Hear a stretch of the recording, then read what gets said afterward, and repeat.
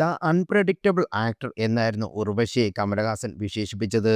ചെറുപ്രായത്തിൽ സിനിമയിലെത്തിയതാണ്. ഇത് എൻ്റെ 700ാമത്തെ സിനിമയാണെന്ന് പറഞ്ഞ് തമിഴിൽ നിന്നുള്ളവരാണ്. എത്ര സിനിമ ചെയ്തു എന്ന് എണ്ണമല്ല, മറിച്ച് അത്രയും അനുഭവ സമ്പത്തുള്ളവർക്കൊപ്പം ജോലി ചെയ്യാനായല്ലോ എന്നാണ് എനിക്ക് സന്തോഷം.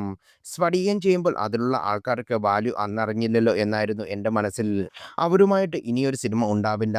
അഭിനയം പോലെയുള്ള എളുപ്പമല്ല നിർമ്മാണം. പൈസയുടെ നഷ്ടമുണ്ടായാൽ അതിൻ്റെ അശ്രദ്ധയാണെന്ന് പറഞ്ഞ് എന്നെ കുറ്റപ്പെടുത്താനേ എനിക്ക് കഴിയൂ. നേരത്തെ പ്രൊഡ്യൂസ് ചെയ്തപ്പോൾ ഫാമിലി ഒപ്പമുണ്ടായിരുന്നു. എനിക്കത്ര റിസ്ക് ഇല്ലായിരുന്നു. ഇപ്പോൾ അങ്ങനെയല്ല എന്ന ഉർവശി അഭിമുഖത്തിൽ പറയുന്നത്.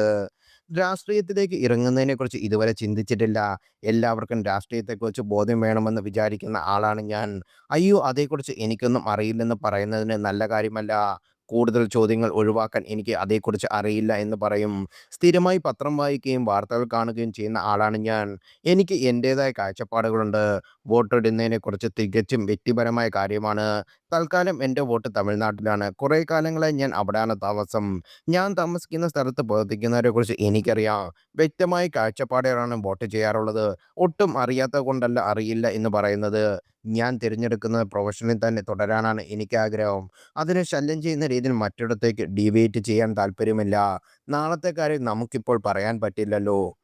ജ ജനകീയമായ കഥാപാത്രങ്ങൾ ചെയ്യുന്ന ആർട്ടിസ്റ്റുകൾ എപ്പോഴും ചോദ്യങ്ങളുണ്ടാവും. കുറച്ച് നല്ല എല്ലാവരോടും നന്നായി ഇടപഴകുന്നവരോടും എല്ലാവരും ചോദിക്കും. എന്നെ ഈ ചോദ്യം ഡിസ്റ്റർബ് ചെയ്യാറില്ല. കേരളത്തിൽ നല്ലൊരു വനിതാ മുഖ്യമന്ത്രി എല്ലാവരുടെയും ആഗ്രഹമാണ്. സ്ത്രീകളെ കൊണ്ട് കഴിയും എന്ന് തന്നെ തെളിയിച്ചതാണ്.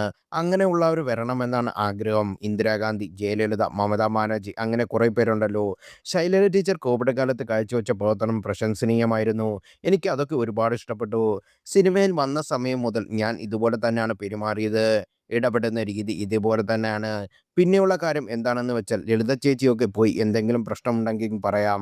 അതുപോലെ അവരൊക്കെ എന്നെ ശാസിക്കാറുണ്ട്. ജയറാമിൻ്റെ ടൈമിംഗ് എനിക്ക് വളരെ വ്യക്തമായി അറിയാം. തിരിച്ചും അങ്ങനെ തന്നെയാണ്. ടേക്കിന് മുമ്പ് ഞങ്ങൾ പ്ലാൻ ചെയ്യാറുണ്ട്. മുഖഭാവത്തിൽ നിന്ന് മനസ്സിലാവും എന്താണ് ഉദ്ദേശിക്കുന്നതെന്ന്. ശ്രീനിയേട്ടനെ എനിക്ക് ഒരുപാട് ഇഷ്ടമാണ്. ലാലേട്ടനും മമ്മൂക്കയും നായകന്മാരായി തിളങ്ങുമ്പോൾ അല്ലാതെ വന്ന് കയ്യടി നേടിയ ആളാണ്. പൊക്കവും നിറവും എന്ന സിനിമയിൽ നിലനിൽപ്പിന് പ്രശ്നമല്ലെന്ന് തെളിയിച്ച അദ്ദേഹം തമ്പ്ര തമ്പ്ര എന്ന് പറഞ്ഞ് ഓടി നടക്കുന്നത് കണ്ടില്ലേ. അപ്രധാനമായ കഥാപാത്രങ്ങൾ വന്ന് ശ്രദ്ധിക്കപ്പെടും. ജനങ്ങൾക്ക് ആസ്വദിക്കാൻ പറ്റുന്നത് പോലെ അദ്ദേഹം സിനിമയെടുക്കുന്നത് ഓർമ്മയിൽ എക്കാലവും തെളിയുന്ന കാര്യമാണ്. ധ്യാൻ കളിയാക്കാറുണ്ടെങ്കിലും കുട്ടികളുടെ മനസ്സാണ് അവന്. ഞാനും ജയറാമും പാണ്ഡ്യരാജന്റെ ചിത്രത്തിൽ ക്രോഷ്യൽ സ്റ്റേജിലായിരുന്നു. ഇടിട്ടിട്ട് വന്നാൽ വല്ലാത്തൊരു നഷ്ടമാവും പ്രൊഡ്യൂസറിന്. അങ്ങനെ ഒരു അവസ്ഥയിലായി പോയി. അല്ലായിരുന്നെങ്കിൽ ആദ്യം തന്നെ പോയേനേം. ജയറാമും ഞാനും ഒരുപോലെ പെട്ടുപോയി എന്ന് അവിടെ നിന്നാണെന്ന് ഉർവശി പറയുന്നു.